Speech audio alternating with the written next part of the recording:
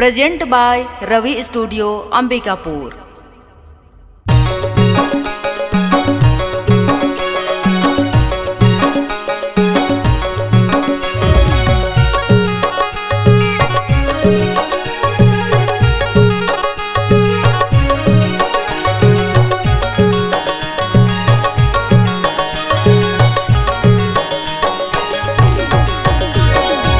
दे भले कर मना चलाया बे कर मना चलाया बे रे हमर गाँव में गड़े करमदार कर मना चलाया बे रे दे भले कर मना चलाया हूँ कर मना चलाया हूँ रे तुहर गाँव में गड़े करमदार कर मना चलाया हूँ रे।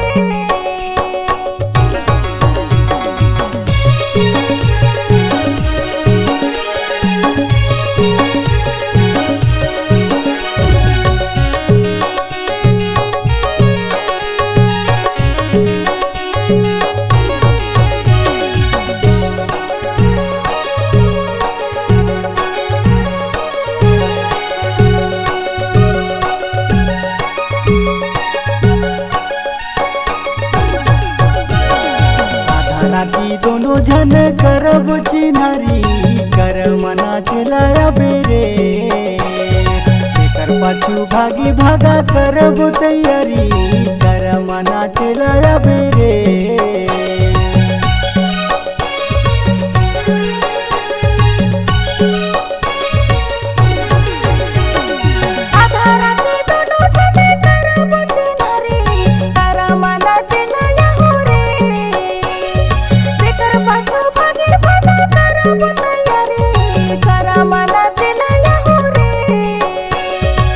दे भले कर मना चलाया बे कर मना चलाया बे रे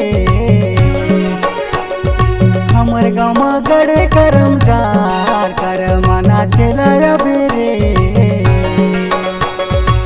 दे भले कर मना चलाया हूँ कर मना चलाया हूँ रे तुहर गाँव में गड़े करमदार कर मना चलाया हूँ रे।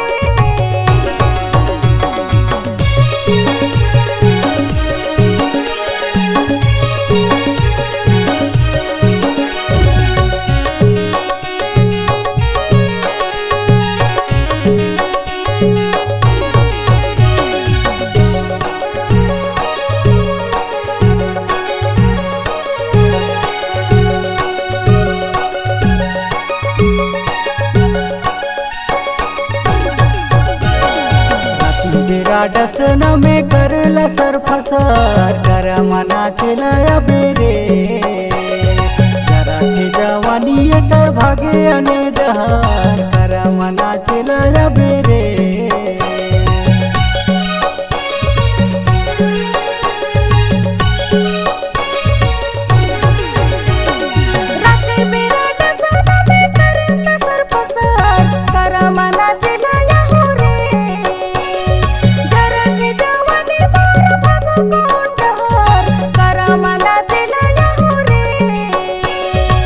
दे भले कर मना चलाया बे कर मना चलाया बे रे हमर गाँव में गड़े करमदार कर मना चलाया बे रे दे भले कर मना चलाया हूँ कर मना चलाया हूँ रे तुहर गाँव में गड़े करमदार कर मना चलाया हूँ रे। हमर गाँव में गड़े करमदार कर मना चलाया बे रे।